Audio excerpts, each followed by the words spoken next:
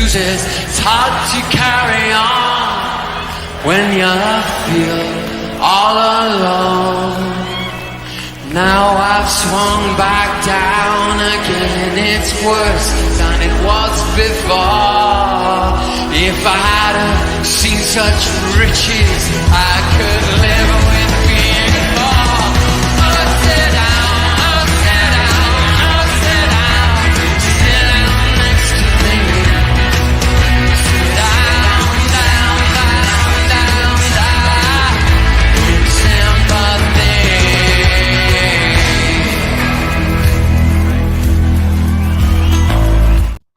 Good evening, everyone. Steve, how are you, my friend?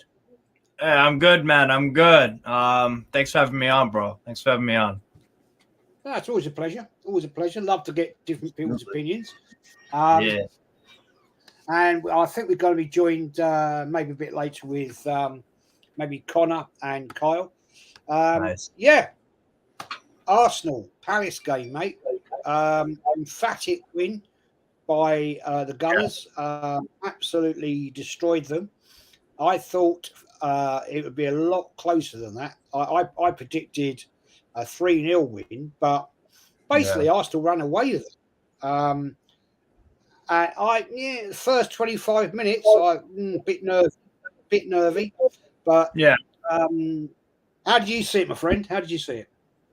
Yeah, it was like, first 20, like you said, first 25 minutes were a bit iffy, but eventually I got to pull up who scored and all that. I'm pretty sure you guys scored. You guys scored first half. So to me, and then once you scored the first, it was like, I was like, that's pretty much a game winner. Like I didn't see any way Palace were getting back into that once you got the first. Like you said, Thomas Partey. I never saw Vieira before my time. I only been watching football since 2014, but seen highlights and stuff like that. And man, Partey's just got, just that extra bit of class compared to any other midfielder in any league. So it's crazy, man. You've got a hell of a player there, and then it's not just him; it's also Saka. Just stepping up again and again and again, and Martinelli. That's who it was who got the first goal, if I'm not mistaken. Yeah, Martinelli off the left. Yeah. It was. I think it was across. It was across from Saka, right? And then Martinelli put it right hand corner, something like that, low driven. So that was a great goal. So. Yeah, for me, once you got that, and then Saka scored, I think a little bit before halftime. You guys look fantastic. Great way to bounce back compared to Thursday. So yeah, I thought it was gonna be a 1-1 draw, and maybe that's me being unfair on your lot. I just thought Palace could have a manager bounce. It was disappointing Thursday and whatnot, so I thought maybe they could slip up a little bit. But you know what? I should just make my life easier at this point and just pick Arsenal wins, because that's what you guys do, pretty much every time in the Premier League. So yeah, great result for you guys, and expected probably at the end of the day. Absolutely. I mean, Andrew says, Andrew Macari, going to be a tough 10 games to go. My only concern is really Liverpool away, Man City away. Chelsea are going to come to the Emirates, but we know how crap historically we are at Liverpool. If we can go there and sneak a win or sneak a draw, that will be a massive, massive thing in our favour. And if we can, Steve, get to the Etihad, and I'm going to say this. I'm quite confident that we could actually beat Man City there. Maybe 1-0, 2-1. I don't know. Our front three and midfield at the moment are absolutely on fire. So I think we can do some damage there. And if we can do that, get a draw at Liverpool, get a draw at Man City, possible win, game over. That's for me. It's game over. It's Arsenal's title. And at this point in time, it's for Arsenal to throw it away, which we have done. We have done that. But I think we're just in such a good mindset at the moment. We did that against Bournemouth, 2-0 down, come back, win 3-2. That is league title winning mentality. Yeah. What do you think, mate?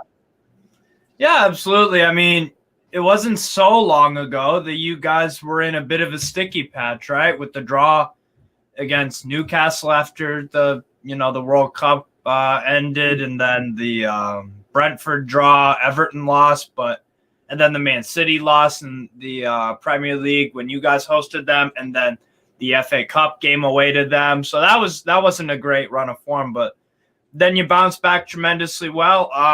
You haven't lost since the Man City game, albeit the draw to Sporting both times. So technically not a loss, but didn't advance there. But everything else in the Premier League has been wins. That is title winning form. So you're right now, I'm looking at it. You beat Aston Villa. You beat Leicester City. You beat Everton at home. You beat Bournemouth. You beat Fulham. And you beat Palace. So that's 6 on the bounce. And Man City in that time, if I pull that up real quick, they've had, let's see, in the Premier League only, they've got a win away to Palace, a win at home to Newcastle, a win against Bournemouth, but then they slipped up against Forest. And then the other 2 were wins. So they're on, they're 5 unbeaten in 6, but one of those was a draw. And then the damaging one was the loss away to Spurs, which they always managed to do for whatever reason. So that's pretty funny. But it's that is title winning form, to answer your question. Yeah. Yeah, absolutely. I said on Lee's podcast earlier, do I start to believe? Well, I have to say, yes, I do. And the fact of the way the squad is actually performing, and the way that Mikel Arteta made, and we'll get into this a little bit later, made those changes, really surprised me. That's not one of his strengths. Yeah, absolutely. That's one of the things I've criticized another Arsenal fan. Obviously, I'm not, but as a neutral, I've always been like, he's dodgy with the subs. But he's improved at that lately, and the season in general. I think he's done well with the subs. Yeah, totally agree, man. Yeah. Arsenal Manic says, I want Maddison at Arsenal. Him and Trossard could combine spectacularly. I totally agree, man. I totally agree with that. Will we do it? Well, it's a good discussion in the fact that we're going to get. Let's get it right. We are going to get Champions League football. Yeah. Arsenal are going to get Champions League football. Yeah. Whatever. Now the fact of the matter remains: will we, Steve? In your opinion, will Arsenal do the deals that we need to have in the summer transfer window? Because there are certain players that need to go. Definitely. They're just not going to cut the mustard at Arsenal. So they need to go out the door. And if we can sell those players early on in the transfer window, then that is going to release money. But if we win the league, then the Cronkies, Edu, all those people have got to say, right, we're going to take this seriously now. We're going into the Champions League, and we really need to strengthen up because we've got to come in, and I think we've got to go and get 5-6 quality players. Just strengthen the squad. How many out? Because that's also crucial. Well, I'm. That's a good point. I think Pepe will go.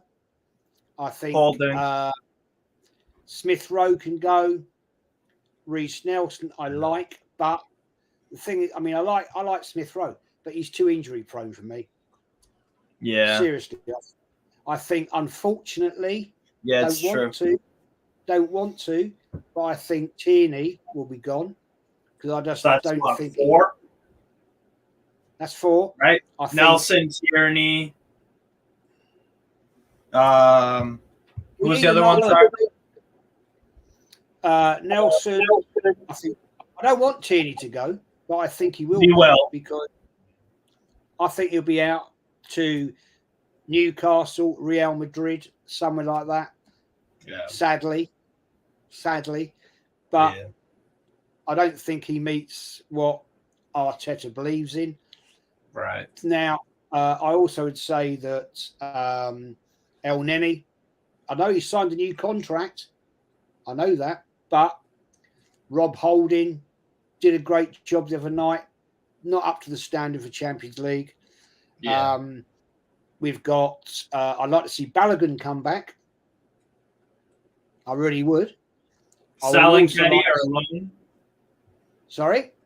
Sal and Ketty are alone because Balogun deserves to be that third choice, given a chance at least. Nketiah, I'd sell. Yeah. Sell. I don't think he's ever going to be the levels we need at this football club. Balogun might be because he's shown at Rams in Liga. Yeah. He can score goals. He scored again versus Olympique de Marseille yesterday. A very good goal as well. Like, and that's not a it's Marseille. It's a it's pretty they're in the top 3 or 4 of Liga, so it's a decent team. So he's scoring not just against the little teams, it's against the big ones too.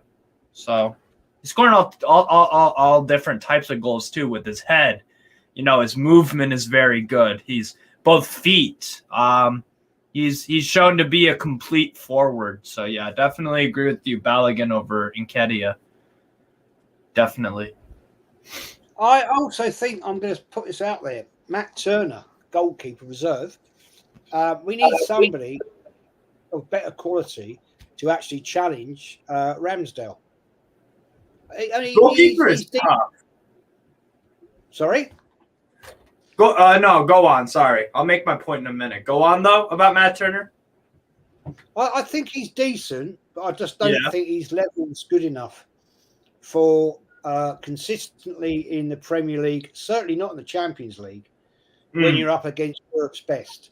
To me, if he could actually be coached to prevent him from punching the ball too much and palming it away, I think he's decent. But we saw in the first leg against Sporting Lisbon away the amount of times he punched, parried. No, you can't do that, man. You've got to be able to actually catch the ball. I mean, there was a great quote once by David Seaman. He was interviewed, and the interviewer said to him, "How difficult is it to become England's number 1?" And David Seaman said, "Easy. You just need to catch the ball." There you go. Yeah, do the simple things right. Do the simple things right. Yeah. Mr. B for life. Happy to see you, mate. Hope you're doing well. Brentford going guns. And Anthony says, "Big up, Jez. I thought this was going to be a hard game after going out the Europa League, but was proved wrong. Good performance all around." Yeah, it was a great bounce back. Absolutely class. Absolutely took Palace apart. Yeah, they've lost their manager. They had an interim manager. The first 25 minutes, though, they gave us some issues. That is for sure. Yeah. I thought, we're playing a big high line here, and I'm not convinced because they were getting me. And Zaha, let's get it right. Hit the post, right? Yeah. Yeah. And, in the second half, he put one whizzing past And Yeah. if that, I don't know what Palace player it was who was coming in on that left post. If he'd been 2 foot closer, that's a goal. That's a goal. Yeah, probably. Pot's a whole different prospect, man. Anyway, get back to what you're going to say. You're going to make a statement about Turner. I think, yeah. Yeah. So, well, there's a question for you, but I'll ask you when I'm done. The goalkeeper position for me is always tough because Ramsdale plays 90% of your games, right? There's a few times that Turner's appeared, and that goes for most clubs, whether you're in League 2 or if you're playing in Spain, wherever. Like, there is usually a consistent number one. You have the odd team here and there that likes to switch it up, maybe a cup goalkeeper or what, that kind of thing. Most of the time, though, you do have a number one, and it's kind of hard to convince someone decent that should be starting to sit on the bench for 90% of a season. So I agree. There definitely Matt Turner has to improve in some things, but in terms of like shot stopping wise, which for me, I guess I'm old school in that regard, and you could probably sympathize with that. Is that you want your goalkeepers? What do you want them to be good at? Being a shot stopper, keeping the ball out of the net. The punching thing, yeah, that definitely can be improved upon. There's certain times when you want to punch the ball, and there's certain times where you should just catch it and then you can play out from the back, because that's what Arteta clearly likes to do. So I guess I'm assuming for you that's not like a huge concern about backup goalkeeper. You'd obviously rather bring in, other positions that you need. You need a left back, like a pure left back if Tierney's going, backup right back, backup for Saka, midfield reinforcements for sure, a striker possibly. So I don't know. That's what I think about Turner. I definitely. But the question I was going to ask you is when Arsenal had, you guys had all these good teams in the past. Like, who was Seaman's? Who was David Seaman's backup goalkeeper? Was he at the level of Seaman or was he below? He's Chris Wood. He wasn't. It wasn't his quality, and it was quite a bizarre time at that point because David Seaman came in under John Lukic, and then John Lukic came in, became David Seaman's understudy, and that's when he went back to Leeds. It's a weird setup. Layman too, right? Well, he came in after Seaman, didn't he? Yeah. But the thing is, mate, if you're going to go in like we are to challenge to win the Premier League, and we enter Champions League, you need a backup, a top class, a top level, decent goalkeeper. And I'm not saying Matt Turner isn't. I'm just saying he needs to sharpen up. Yeah. I think his ability is there, but he needs to accept that he needs to be more agile in able to collect the ball, and his ball distribution must be. I think his ball distribution, personally, right now isn't great. Ramsdale, with recent times, hasn't been brilliant, but I think against Palace he was 100%. He was excellent. Yeah. And the thing I like about Ramsdale, Steve, is his command of his box. Yeah. He's always on the case, always, of his defence. And I haven't seen enough of Matt Turner to actually be able to make a judgment on that, to be fair. Yeah. I won't. Give the guy credit. But I still think if you're going into top flight Champions League, which we will be, we need to step up. Yeah. If we're going to be serious, and Kroenkes, if you're going to be serious about this, Edu, then you need to be stepping up the game, because otherwise we're going to get piped all around Europe. And Right. I've seen. You expect Ramsdale to play Champions League, though, right? Sorry? Sorry to What? cut you off. My bad. I was just gonna say you expect Ramsdale to play Champions League. I'm assuming, right? Got to. He's got to. Okay, that's what I thought. You're That's right. what I If thought. we end up playing in the group stages against the likes of, I don't know, Bayern Munich, PSG, Real Benfica, Madrid, Benfica, Barcelona, you've got to Inter, have top AC strikers. Milan, yeah. Yeah, I mean, this is a whole different league. You know, we've Yeah. been there, seen, and Arsenal have been absolutely embarrassed at points in time by lesser clubs than them. To make a point, so we Right. you know, we got to, in this summer, man, we've got to spend, and we need to get in 5 or 6 players that will be able to fill the gaps if we get injuries, which we will. We know Yeah. all players get injured. Partey will get an injury. He's we've missed got- more games than Tierney. Partey. Yes, fact. And I just, and that's a good point you've just actually come on to there. William Saliba, injured. Yeah.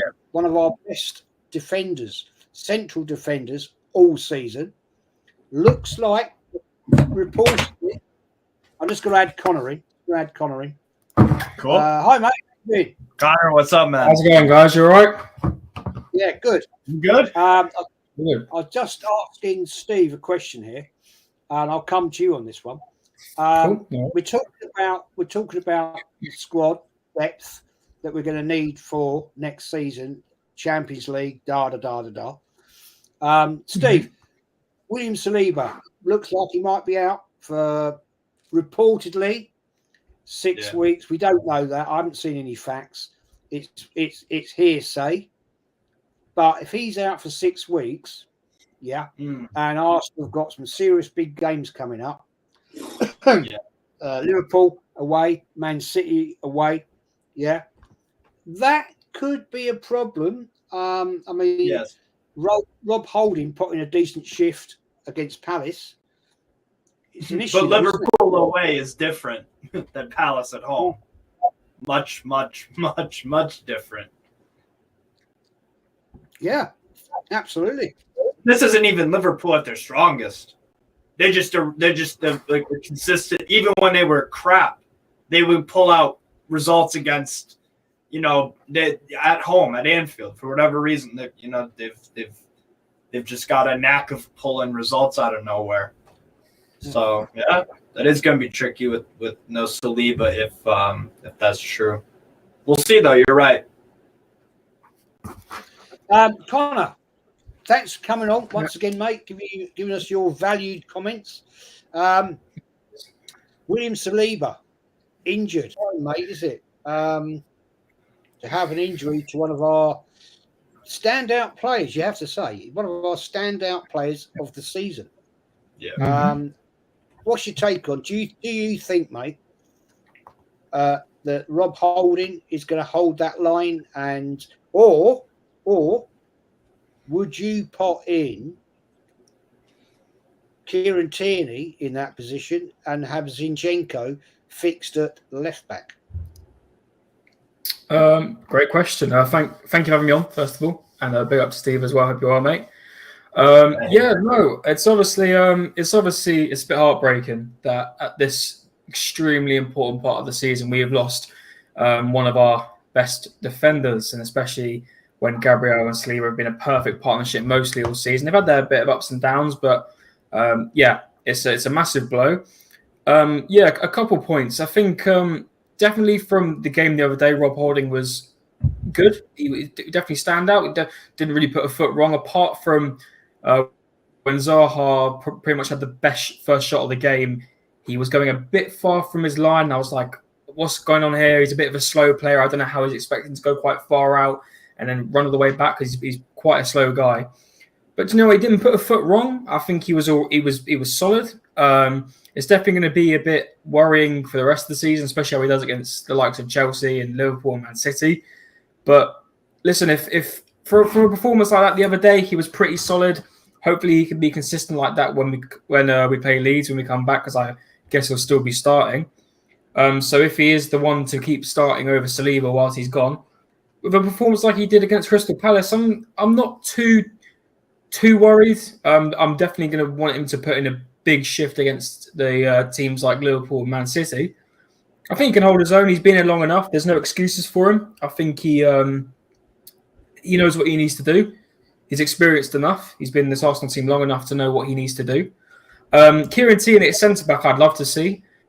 If we're going to talk in a realistic form of what Arteta is going to do, I don't see him doing it, even though I would prefer that to Rob Holding in centre-back. The man plays there for Scotland. He knows what to do.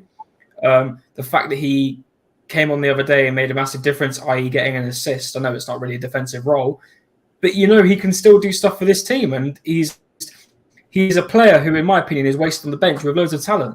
And I personally believe he could possibly... I'd feel more confident in him being in that centre-back role over Rob Holding. But unfortunately, I don't think that's going to happen. I do think Arteta will stick with Holding at centre-back. I just don't see him changing Zinchenko out of that left-back position. I think he loves it. I think he loves having him there too much. So, but you've also... On the centre-back discussion, you've got to give a shout to Kivior. The other day, he made a great tackle to stop a goal from Crystal Palace. And I know it's only one challenge, but that's his debut in the Premier League. I believe. Or did he make 5 minutes? Yeah, it was. He looks all right. So we obviously don't know the full background of him. He's only played one game for us in the Premier League. He's played another one in the Europa League, which obviously wasn't his best performance. But listen, at the end of the day, if we do keep Rob Holding in centre back, he's not what we want. Let's all agree. He's not what us Arsenal fans want to be in the centre back position. But he's got a job to do. He's been here long enough. He knows what he needs to do. And I saw a comment there, I think from Anthony, about Ben White playing at centre back. No. I could. Ben White. Even Southgate said this. He really wants Ben White to revert to a centre back role. Ben White is not a centre back. And I'm going to say that here and now, in my opinion. That man is not a centre-back. He is playing his best football at right-back, in my opinion, because he was an absolute shambles when he started for us at centre-back. It just didn't work. And obviously, and as Craig's pointed out there, Tomiyasu is probably out for the rest of the season, so that wouldn't work. But listen, at the end of the day, if it is Holding and it's not Tierney at centre-back, Holding knows what he's got to do. He's been at this club long enough to know what he's got to do, how he's got to fulfill his role. Yes, he might not be what we all want, but in a sense, we've got to back him. He's probably going to be, while Saliba's out, he's going to be one of our most important players for the remainder of the season. So we've just got to carry on supporting him, and fingers crossed he doesn't pull any stinkers in any games. But listen, he was good against Crystal Palace, and we just got to carry on hoping that if he does start, he carries on performances like that. And that's my answer to that. Totally agree with that. Absolute facts, and very well said, my friend. Tom says, I respect Arteta for what he is doing in the league, but I'm pissed off with him for not taking the Europa League seriously. Does he not realise that fans bet on these competitions? Well, that's a very good point. I was disgusted. Really, really upset that we threw away the Europa League. I mean, I put in a chat comment on... I can't remember. It was, I think, maybe Lee's or something. Yeah, no, it was on Lee's. It was on the fan cam and player ratings after that night. I was disgraced at that because, you can't disrespect European football. We had the opportunity there to win that game and get through to the next round. I'm not saying we're going to win it, but at least we may have progressed further. And we just threw that away. And I saw so many people, it doesn't matter really because it's the Premier League that counts. Okay, I go with that to a point. I don't dismiss any cup competition because I'm sorry, in elite football, you compete on all fronts. I get the fact we haven't got the depth of squad to do that right now, but Liverpool, Man United, Man City, they do. They pop their best team out every bloody week. Yeah. And my argument here is, Steve, and I'll come to you on this one. Yeah. Is the fact these are elite footballers. Yeah. They're super fit. They have dietitians, all that, everything. They've got everything at their fingertips to be so fit. And you're telling me, or I'm not saying you are, but people are telling me they can't play 180 minutes a week. I mean, it's just one of those things where it's like the sports science stuff. Some of it is fantastic and is definitely there's two sides of the coin, right? Because that stuff is helpful in terms of. I'll give an example from the States here with concussion, CTE, that kind of stuff, especially in American football. Guys, guys will literally, end their own lives because of CTE, or they'll get dementia when they're older and stuff like that. So that stuff, the sports science is really, really beneficial. But I think some of the stuff is just a bit cutesy and a bit just like, I don't know, like at the end of the day, it is supposed to be difficult. Big up Tony, by the way, Tony Claude. At the end of the day, that's what sport, like if you're a professional athlete, it is going to be tough, right? Like this isn't something any of us three could be doing. That's why they get paid what they're paid, right? Because it is physically and mentally demanding. It's only a few certain select people in the world are able to, perform this job at this level of a job of elite sport. It's not easy, and it never will be. And the easier you make it, that just means you can have inferior talent coming in because they don't need to be this amazing and all this stuff. It's like, in the 70s, didn't they have only one or two subs on the bench? Stuff like that. And they would play a lot, a few, not as many games possibly, but you know what I'm saying? It's like, I don't know. But in terms of like the rotation and stuff, I mean, again, it's just all about survival of the fittest, It's a mentality thing. It's something that the top teams have, is that they have a guy that can step off the bench if there is an injury or something. But I don't know, man. It's tricky, but you're Arsenal, man. You're held to a very high standard, right? And honestly, when Newcastle, if we get Europa League next year and if we crash out in the group stages to, whoever, I'm going to be pissed about that. I will be. Because if we get the Europa League next year, that's my number one goal. We could finish 7th in the Premier League, but if we win the Europa League or get to a final or something, at least compete in Europe, because Newcastle haven't won a European trophy since 68-69. Arsenal won in 69-70, actually, the Inter-Cities Fair Cup. Am I right, Jez? 69-70, yeah. You won the Inter-Cities Fair Cup, and Newcastle was the year before. We beat Ujpest from Hungary. 70-71, man. Okay, yeah, all right, cool. So yeah, late 60s was the last time Newcastle had any European silverware. So that's my priority, because we could go deep into the Europa League if Newcastle got in that, because then we can make some really good signings, and we've already got some good pieces in and a good manager and all that. So if I'm demanding Newcastle give it a real damn go in Europe next year, Champions League, it's understandable because we're not at that level yet. I'm not expecting us to go to the Bernabeu in a round of 16 and overturn them. I just expect to be competitive, But if I'm expecting that out of Newcastle, shouldn't Arsenal fans be expecting the same out of Arsenal? Shouldn't Arsenal fans be expecting a manager that spent 400 million euros? 500, something close to that? Yeah, 500. Yeah. So $500 million, and you've had teams, Benfica are in the Champions League quarterfinals, and they turn profit. We turn profits regularly. We recruit very cheap, modest players from all around, and the academy is a huge part. So we don't have the financial, but how are Benfica? How are we in a quarterfinal of a Champions League? You know, because Benfica is a big club and their standards. That's why, and Arsenal should be at that level. Craig's made a good point just there, saying Arteta will probably disrespect the Champions League. Yeah, like if we're in the Champions League next season, if he's throwing out a team like that in the Europa League, is he going to think now, okay, I've just thrown out my strongest team on the weekend against whoever in the Premier League.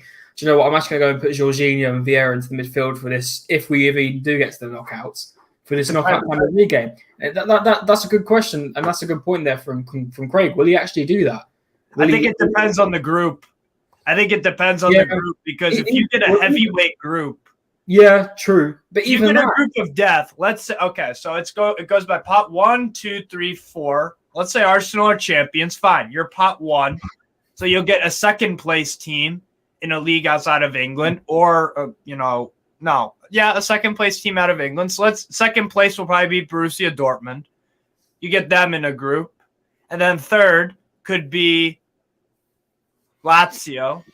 They might finish. We're currently second off 2 points. Actually, Inter. It would be Inter, because Inter are third. So it could be Arsenal, Borussia Dortmund, Inter. And then fourth place, let's say Spain, that could be Atletico Madrid, because Sociedad are actually a few points off them. So that group is a strong group. Borussia Dortmund, Inter, and Atletico Madrid. That's a group of death. Any two of those teams could advance, and any two of those teams could finish. It could finish anywhere.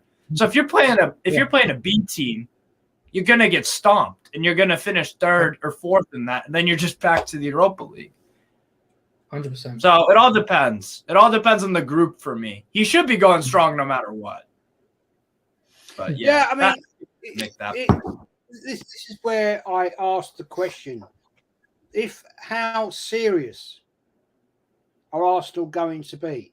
And Connor, I'm going to ask you this one, man. But before we get there, I think I'm 2 subs away from 3,500. So nice. It'd be nice to get there. Get to just that little barrier. They're like little objectives, aren't they? It's like magic. Yeah. Connor, I did pop the link out there for the signature, if you want to jump in. But I want to ask you this, mate. Arteta yesterday, in my book, he's getting my respect. He is. I mean, I was pretty peed off with him Thursday night. I won't lie. Yeah. I think he threw that game away. We had the opportunity of qualifying through to the next round. But I'll tell you what impressed me, mate, and I want your opinion. He got it tactically right. We were under the cosh a little bit for 25 minutes. But what I liked, Connor, was the fact that he made tactical substitutions early in the second half to switch it up. Now, I've not seen him do that before. And I'm impressed by that, because that says to me, this guy is serious. What's your view on that, mate? Completely agree with you, Jez. Arteta early subs isn't something he's well known for. I think we've all had those days where we've lost a game and we've blamed Arteta for bringing on subs in the 80th, 75th minute. Never changing up the team. But the fact that he made a call like that and it changed up the game massively, got us a couple extra goals, it makes a difference. And and I think you said it the other day, Jez, I think on Lee's channel, it looks like he's got a plan B. He's not just gone out there and given them one plan. If it doesn't work, well, then we're screwed. He's got different ideas. And completely agree with you, Jez. That means he's serious about this league title. He really wants to try and get this. And I don't blame him. Because in my opinion, if he doesn't, his job's on the line. Well, we'll wait and see. But the fact that he brought on subs, impactful subs, not just some random ones to throw them on for some game time, impactful subs that he knew could make a difference. And they did make a difference, majority of them anyway. And I thought it was a fantastic call. And he even changed around. In the last 5 minutes, I think even Partey went to right back for a bit. which was crazy for me because he was quite versatile. So he's got ideas, and the fact that it worked, and we got a big scoreline. I mean, look at it now. We're 2 points behind. We're 2 goals, behind Man City's goal difference, which I think is crazy. I think with a scorer like Haaland, with someone like Haaland in their team, I think that's crazy. And the thing that I love, Jez, this season is we don't just have one goal scorer, one person we're relying on. We've got multiple different people this season, and I love that. It always used to be Aubameyang needs to score. Aubameyang needs to score. Like, we had no one else, pretty much. It's so nice now. Aubameyang, Lacazette, and that was it. Yep, 100%. And it's so nice now. We've got and even on the bench, like we said, even on the bench, you've now got players that can come on and possibly score a goal or get assists for the goal scorers, and it's fantastic. And exactly like you said, I think it was so nice to see Arteta making some early subs, making some transitions, just so we didn't fumble that result. Because it was Crystal Palace. I like to call them our bogey team for a reason. Hopefully that's now ended, as we did beat them twice this season. But listen, it was a good move from him, and hopefully he now brings these tactics into the bigger games this season. Because that, like you said, Jez, that makes me really hopeful. Moves like that, tactics like that, and hopefully he can now carry them on.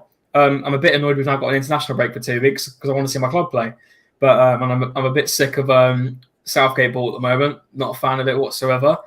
And on that note, quickly, I want to see Ramsdale starting for England because I'm sorry, if you're going to start Jordan Pickford over Ramsdale, especially this season, I'm going to be very fuming. So, but no, listen, it's great from Arteta that he's got different tactics now, and you can see it, especially in that game. It's just a shame. We'll go back to it. Such a shame how we can do that in the Europa League. Such a shame, but it is what it is. But I'm very, very happy with his performance, Arteta's performance, tactically in the game on Sunday. Totally agree with that. And the thing is, Steve, Arteta now has no excuse. One game a week now. One game a week. He's got everything at his fingertips. If he cocks this up now, then I'm going to have to call and say, if you don't get this now, my friend, then you're out. Yeah. You've had everything. And you've thrown away the FA Cup. You've thrown away the Carrier Bag Cup. You've got us knocked out of Europe again. So you've only got one competition now to compete in. You've got everything there. You've got to win it. No, 100%. And that's what a ruthless club does, right? If you don't meet these targets, you're gone. And especially with these circumstances, you'll get a pass. And you know why? The only reason why he's been given a pass if he wins the cup this year. Oh, my camera glitched out. The only reason why he's getting excuses is because you're in a title race, right? So you've got to deliver then. If you're in a title race, basically he's Frank Sinatra. He did it my way, He did it his way of tanking out the cups because he's in the Premier League. Fine, but you better goddamn win the league, That's how it should be. Because again, you're the big bad Arsenal, so I'm told. Well, it's time you live up to that. Andy, my guy, what's up, Andy? Hello, everyone. You all right? How you doing, bro? How you doing? But yes, Arteta. Sorry, go on it. No, Arteta for me, and I've talked with Andy about Arteta. I've never been his biggest fan, so I would already, if I was a fan of yours, have him on a short leash. He needs to deliver. You guys have gone 20-odd years between Premier League titles. I mean, in another 10, you'll just be a Liverpool. They went 30-odd years between league titles. So, yeah, I would sack him if you didn't at this point. But okay, Andy, go on. Explain. Go on. I'm sorry. You kind of say you're going to sack Arteta if you just don't. They won't, but I would. You've got to appreciate where Arsenal are considering the funds that they have with the teams that they're competing with at the moment. I mean, you look at the Liverpool spend, Man United spend, Man City spend, the fact that the rate that we're spending money, yes, okay, we haven't spent anywhere near the amount of some of the clubs around us, but at the rate that we're spending it now, we will catch them. And in the sense of net spend, they've been playing this. I mean, how old was Saka when he got in the first team? 17, 18? Yeah. He's been a regular now. They've got two wingers there are potential world class, in my opinion. And the young lads, they're not proven, experienced professionals, and they're carrying you've got to remember what they've got in the squad, mate. Yes, the pressure is going to come to at one point, and yeah, they will drop points. I've got no doubt that they'll drop points. So yeah, you can't say you're going to sack him. I'm sorry, as an outsider, I don't know. I've missed previous conversation, but I think he's doing a fantastic job considering the criticism he got 18 months ago, a year ago. Yeah, fair. Well, that's a very interesting point. This is a good Mr. B for life. Question for Jez and panel: who is the least important player you would leave out? Saka, Partey, or Trossard? You can only leave out one. Well, none of them. Current. Well, I'm going to answer that. It's a very, very tricky one. On current form, and I was going to come to this in a minute anyway. Saka definitely is in. Partey has to be. Partey definitely in. So it'd have to be Trossard. By a hair. Because you've got other players that can do his job. Absolutely. I mean, that's a tough call. Andy, thanks for coming on, mate. First time on my channel. That's Steve dropped us a message. That's his job, by all means. Thank you. Yeah, pleasure, man. Pleasure. Connor, who would you leave out? Saka, Partey, or Trossard? None of them. if I had the choice. No. But you know what? Listen, I think Trossard's a bit of an unfair one because he's just arrived. Yeah. I'd maybe replace him with someone like maybe Martinelli, but then again, that's just too impossible. I mean, if you ask the question instead of having the three, just in general, for talking first team, it might sound a bit crazy. I'd probably say Xhaka because I feel like we can get better. I'm not saying he's the weak link. I'm not saying he's the weakest part of the team, but looking in terms of getting someone better, I think out of all the positions we've got, I'd say Xhaka. Because I think Partey would have a longer. I know Partey's I think maybe he's 1 year, 2 years older than him. I think Partey could go on a bit further to help this team than Xhaka. No offense to Xhaka whatsoever, Xhaka's been fantastic this season. Don't get that wrong. But in my opinion, in terms of upgrading, in terms of someone who I definitely think we can upgrade on, I would say in a Declan Rice, but him and Xhaka have sort of played way different roles this season. But I definitely think we could upgrade on someone like Xhaka. Yeah. And on Xhaka, I think if the rumours were true and we did end up signing someone like Declan Rice in the summer, which people have said, the Partey and the Rice partnership could be world class, which I don't disagree with. I think if Xhaka was to become somewhat of a bench player, I don't think he'd like that, so I think he would leave. But yeah, those three players, it's too difficult for me. I would go with Trossard on the basis that he just hasn't been here long enough and he's made an impact, but not an impact like Saka and Partey have. But if I was to go in general in that starting 11, I'd go for Xhaka, but not in a disrespect towards him, just in the fact that I think we could upgrade him. His age also was Xhaka. Xhaka, he's 30. 29. He's about to be 30. He's 29. 29, yes. It was Saka, not Xhaka. Saka. Oh, no, I know. But if I wasn't to pick from the three, because it's too hard, and if I was to pick from the whole team, the whole starting 11, I'd go for Xhaka. But in that three, I'd go for Trossard. Out of Saka, Partey, and Trossard. Yeah. Me and Andy, we've been talking about me and Andy been talking about Trossard for a while. He's miles ahead of ASM. I've said this months ago on NFTV. Yes. I would have taken him well ahead of ASM, and unfortunately, I've been proven correct. It's a shame that all the Newcastle fans. Sorry, to Newcastle just briefly. All we hear is on his day he's unplayable. On his day he's unplayable. Well, when's his day? I'm still waiting. we see one, maybe two performances a season. And like it's proven, you can go to Brighton or you can go to somewhere and you can get a player that gets better numbers. I thought Arsenal were very clever with the business. And the fact that you're speaking about the potential of being able to sign a Declan Rice, you wouldn't have been doing that 18 months ago. You would never have considered Arsenal then. You're now in the mix to be talking about signing top English talent. And I've always said it before. I've said it on Tony's channel. I've always had a soft spot because growing up, it was always Man United. Then Arsenal came up, and they were total different brand of football. But I had the choice. I would always watch Arsenal ahead of Man United. And that was what I was brought up with. You know, when Newcastle had a half decent side under Bobby, Arsenal were always the team to beat. Absolutely. I just want to, before we wrap up in a little bit, I made a statement the other day, and it was on Lee's show, podcast, I think it was, I can't remember. I've done so many bloody shows lately, I can't remember where I've been. But Thomas Partey, guys, I put it out there, wax lyrical, that he, to me, has the qualities, maybe not quite the class yet, of Patrick Vieira in his prime day.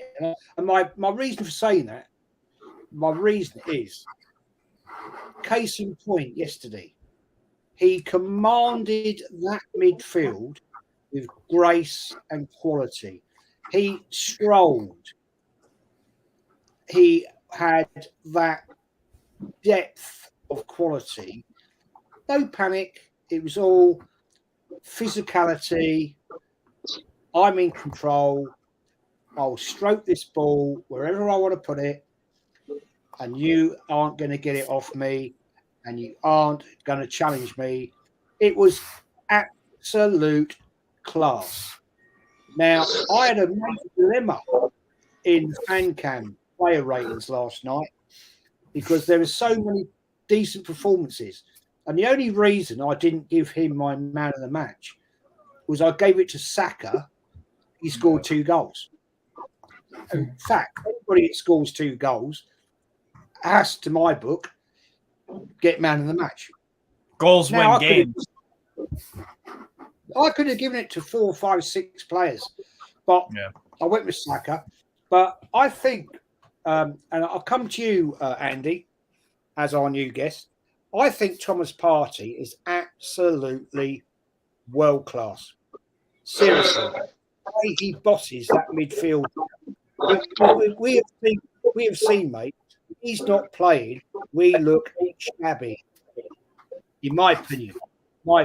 You may have a different one. What do you think, my friend? I think Partey's a tricky one because when he was signed, I think we're expecting a ball-playing holding midfielder, someone that was box to box and had a bit of quality on the ball. And there's no doubt he's got quality on the ball. I think what the difference with it that you're seeing, and it's also allowing the attacking players that you have to have the freedom that they've got at the moment, is Arteta's identified his strengths, which is his athletic capabilities of getting up and down the pitch, winning the ball, going man for man on someone. If someone's put an extra man in midfield against you, he just sits there. And at that, he's up there with the best in the Premier League, without a doubt. Yeah. Could he be improved on in the future for Arsenal? Possibly. But I think he's the type of player that you must have in your squad if you're going to play the way that you play, because otherwise you will get caught on the transition. But he's got to be disciplined, and it's such a hard role to play that. You've got to be quite, what's the word, humble in the way that you play. He's recognised that he isn't a Declan Rice where he's got that burst of pace to get forward and create goals. Yeah, as much as he's athletic enough to get forward, he's not someone that's going to weave in between 2 players and play a sliding pass like a De Bruyne. And that's ultimately what a coach's job is, identifying the strengths of players and getting the best out of them. And if you're looking at it that way, I think Arteta's masterstroke in a way, because it looked as if his career was ready to hit the bins at Arsenal at one point. What with injuries, and he's definitely a different side with him in the team. I think he's borderline world class. I don't think he's proven himself over a period of time yet to be banging that bracket, but he's definitely on his way. World class form, definitely. Yeah, his form's definitely worth. Well, yeah. Does he remind you, Andy? Because you're old enough to watch Vieira. Is that an accurate comparison from Jez? I think the game's a bit different now, but he reminds me of Czech Teori, but a little bit better he's better than Czech Teori on the ball. But just having that, he's got a midfielder there that can, Odegaard's, still, how old's Odegaard? 24? Yeah. He could go down, if he carries on this trajectory, he could go down as an absolute great at your club. He's, he had a lot of loan spells and everything at Real Madrid. And everyone's saying when he first came, he's not settled. He's just a young lad. He's been sent Norway, Belgium, Spain. He was always going to take time to settle in, and he's changed Arsenal for me. He's added that dimension to Arsenal that he's just didn't have. Totally agree with that one. Connor, what's your opinion? Thomas Partey? I think, in terms of quality, I think, listen, I can't say, I obviously wasn't born when Vieira, I was born, but I wasn't old enough to, remember what Patrick Vieira played like, sorry. So I can't say, you played like Patrick Vieira when I haven't actually watched Patrick Vieira. But in my opinion, and it's such a difficult conversation to have, because me and my friends do have a lot of conversations about who is the best CDM in the Premier League at the moment. Yeah, because you've got the likes of Rodri, Casemiro. I think I don't know. I was gonna say I don't know if Bruno Guimaraes. Yeah, is he a DM though, or is he more of an? He's at the moment, sadly. Yeah. So so it's. Do you know what?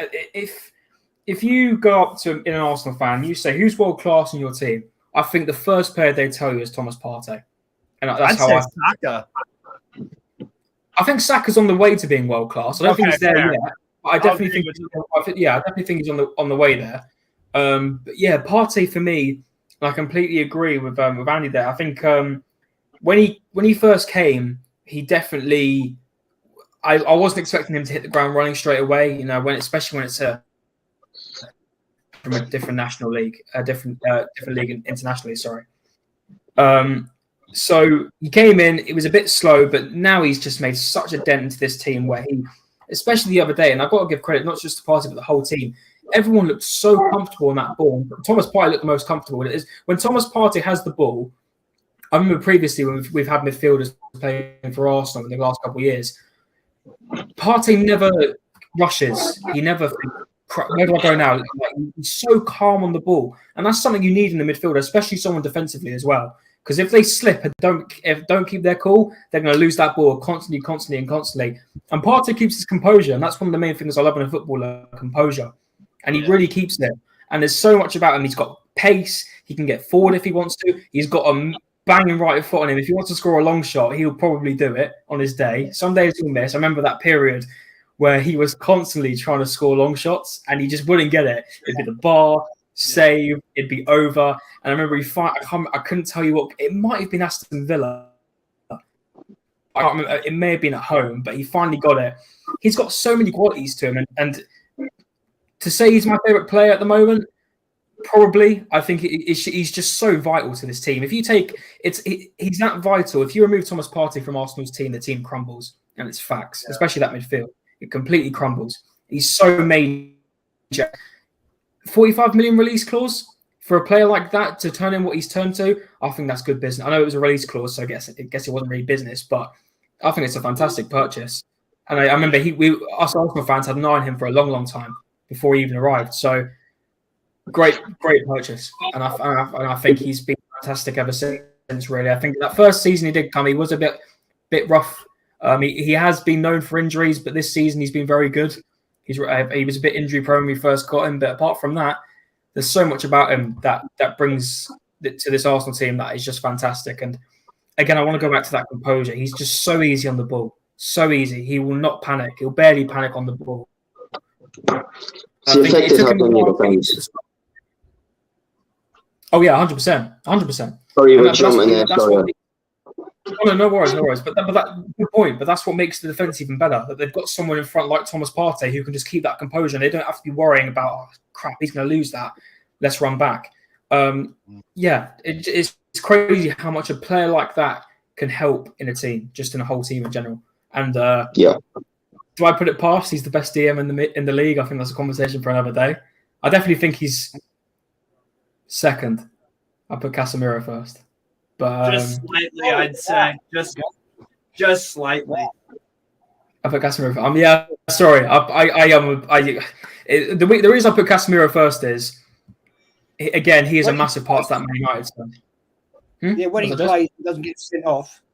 Well, yeah. Apart from that, but he's like Partey. You take him out of that Man United team.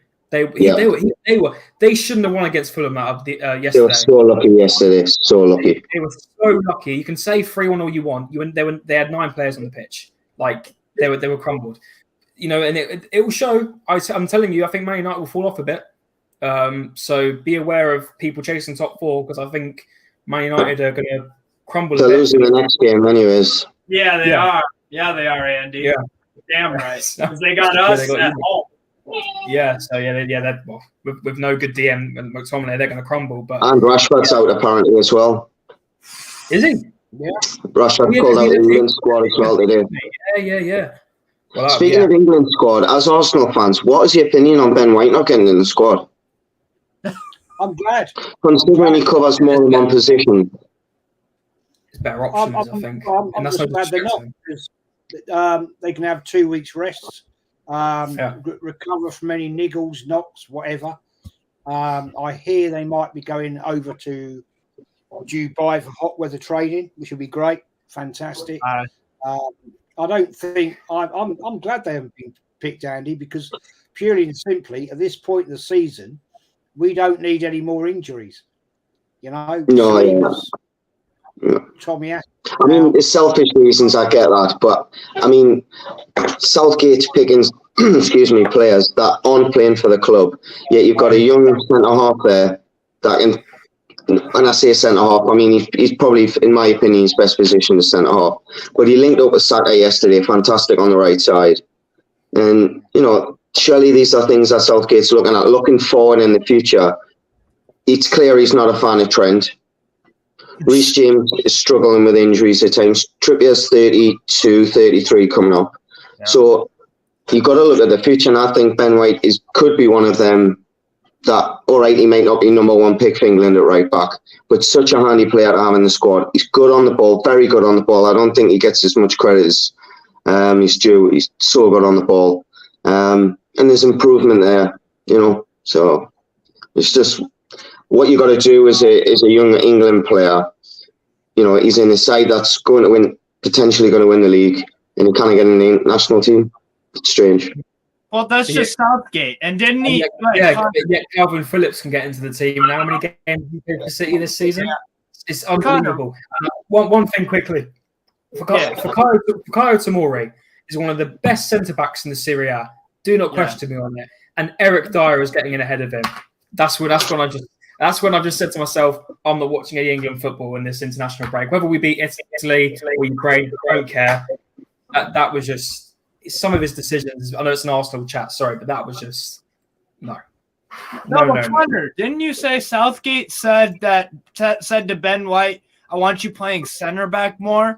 But he was awful last year at center back for Arsenal. Yeah, he said in an interview he wants him to be. He's the best right back in the league this year, Ben White. I mean, the fact that James Ward-Prowse has left out and Calvin Phillips has been put in is beyond me. James Ward-Prowse has been, I know they're last, but his free kicks will get you out of trouble anywhere. And he's probably the best free kick in world football right now. And you've left him out over Calvin Phillips. I'm sorry, not for me. He needs to be out of that managerial job as soon as possible. And no player has covered more ground than Ward-Prowse this season in the Premier League. Look at that, eh? I seen the start the other day. Mad. to wrap this up, guys. Thanks everybody for watching. Andy, thank you very much for coming on, my friend. Thank you for having me on. You're welcome anytime. It's always great to have different fans on, giving their different opinions. Steve, shout yourself out, man. Where can we find you on your socials? Yeah, so on Twitter, it's just Stove, Machala, Stove Mahala, and then Strasbourg Steve on YouTube. And on Instagram, Strasbourg Steve Kits, Kits. As you couldn't tell, I like collecting them. So, that's my side of things, really. So, yeah. Thanks for having me on. Thanks. Always welcome, man. You speak facts, and the facts. I actually listen to you about European players because you actually watch them. Like a lot of people like to purport that they watch every league in the world, and I know that you actually do because you come out with the facts, you come out with the players' names. So you are my guru this summer for future signings in Europe, and I'll be contacting you to tell me the updates, reports, what's going down, who we're linked with, and everything like that. So fair play. That's respect. Andy, mate, where can we find you, my friend? I'll be honest, I'm not really big on social media. I'm getting old and don't really do much. But I come on a couple of channels. But if you want to hook us up on Twitter, it's Andy Bell 861. Fair play, man. Fair play. Connor, CMO, legend in my view of his ability in editing, graphics, all that. Yeah. He's done all of mine. If anybody needs anything like that done, contact Connor, CMO, top fella, quality of work. Well, you've seen my intro and the other things he's done for me, the badge and all that. He's done it for Kyle. He's done it for Del Boy. Yes. Yep. Yeah, Del Boy. Yeah. I think you can be working shortly with TJ Warren, I believe. I'm not sure. But I am, yes. And absolutely, mate, shout yourself out. Yep. Well, I mean, you've practically done it for me, Jez. But yeah, thank you very much for having me on again. And I'm on Instagram, cmo.editing. So just hit me up for any graphics. If you've got social media that you need graphic work for, anything, Instagram, Twitter, YouTube, I'm all about that. And thank you very much for having me on, Jez. I'm looking forward for that mug to arrive, by the way. I'm waiting in the post every day for it to arrive. Yeah. So I've just got to wait for the wife to do it, and then I'll post that down to you. Brilliant stuff. No, it's a pleasure. What you've done for me, it's a pleasure, man. Anyway, we're going to call it there, guys. Thanks everybody for watching. I don't think yet I've got to 3.5. I'm two away. Two sides. So come on, people. Sub up. It is what it is. I'm back again on Wednesday night, 6 o'clock podcast with Kenny Ken and I think Gracie May. And I'm going to get 2 others on that one. So I'll be posting it out there. And we're going to talk about everything that we talk about. And I'll do the outro, guys, and then we're out of here. Thanks for watching. It's always great to have everybody on. And I'm relieved to hear that you've been to some far places. It's hard to carry on when you feel all alone. Now I've swung back down again. It's worse than it was before.